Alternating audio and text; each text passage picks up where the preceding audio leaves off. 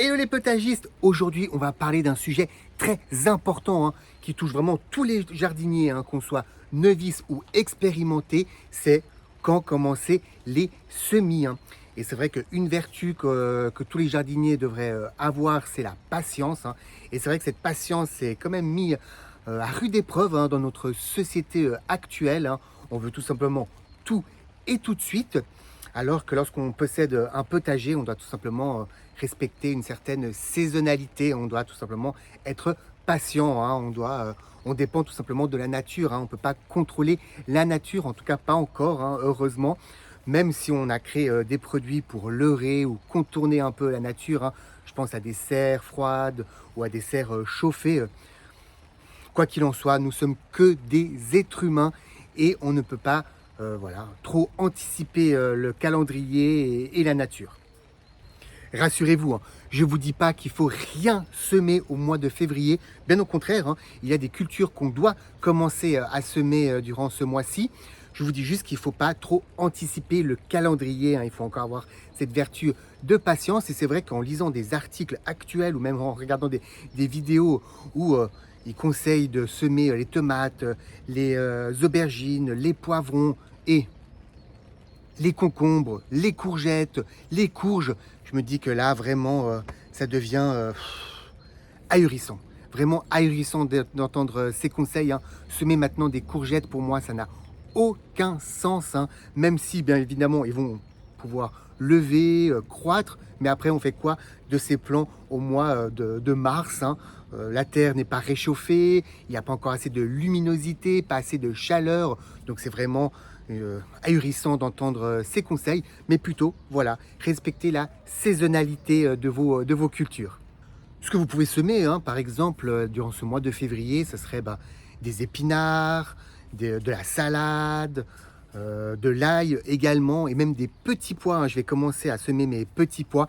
Et préparez-vous, car je vais publier une vidéo très complète sur comment cultiver les petits pois pour que vous ayez toutes les cartes en main, les clés de réussite pour réussir cette belle culture.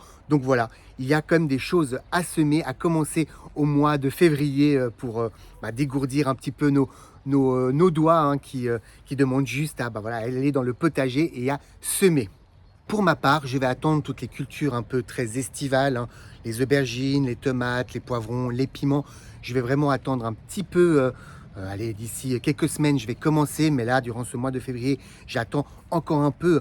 Tout simplement parce que, expérience faite, oui, on va gagner quelques jours, je ne vais pas vous mentir, même quelques semaines. Mais finalement, la croissance n'est pas aussi vigoureuse, elle prend plus de temps pour arriver à maturité. Et finalement, les autres semis qu'on aura fait un peu plus tard va niveler ce moment de récolte. Donc, on va avoir des récoltes au même moment, finalement, ou presque au même moment. Et pire, lorsque on a un potager, on sait qu'on cultive du vivant et tout ce qui est vivant a une durée de vie, malheureusement un peu comme nous. Et c'est vrai que lorsqu'on crée ce vivant, par exemple le pied de tomate, oui, il va naître, il va croître, il va donner les tomates. Mais vu qu'on les a semés très tôt, le vivant a déjà commencer à naître, à être vivant, et du coup va mourir un peu plus tard. Et on n'aura pas des tomates au mois d'octobre, par exemple, alors que si on sème des tomates un peu plus tard, on aura même récolte que ceux qu'on plante, ou qu'on sème, pardon, au mois de février, mais on aura aussi des tomates au mois de septembre, octobre, et parfois même, selon vos climats, au mois de novembre. Donc pensez aussi à la durée de vie des plantes que vous semez.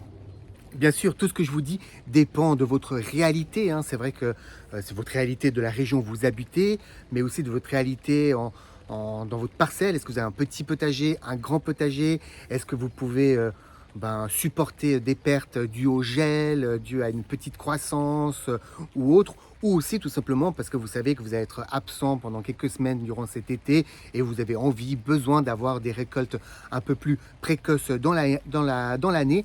Donc encore une fois, c'est un conseil que je vous dis, mais c'est vrai qu'on peut quand même commencer les semis au mois de février, mais tout dépend de votre réalité aussi. Moi, par exemple, une réalité aussi financière, parce que moi, par exemple, là, les semis que je vais faire des petits pois, je ne vais pas les faire en godet, tout simplement pour ne pas utiliser du terreau qui devient de plus en plus cher. Donc non, je vais semer en pleine terre. Alors oui, j'aurai une plus grande vigilance, voir s'il n'y a pas des limaces qui seraient prêts à attaquer mes, mes jeunes plants ou des oiseaux pour manger mes graines. Mais bon, c'est encore, hein, j'explique bien dans la vidéo que je vais bientôt publier. Mais voilà, c'est peut-être un plus grand risque, mais finalement, les plantes n'ont pas besoin d'être transportées, transplantées autre part. Hein. Elle naît au même endroit où elle va mourir, tout simplement. Et ça aussi, ça pèse aussi dans la balance, hein, comment on va semer nos cultures. Hein.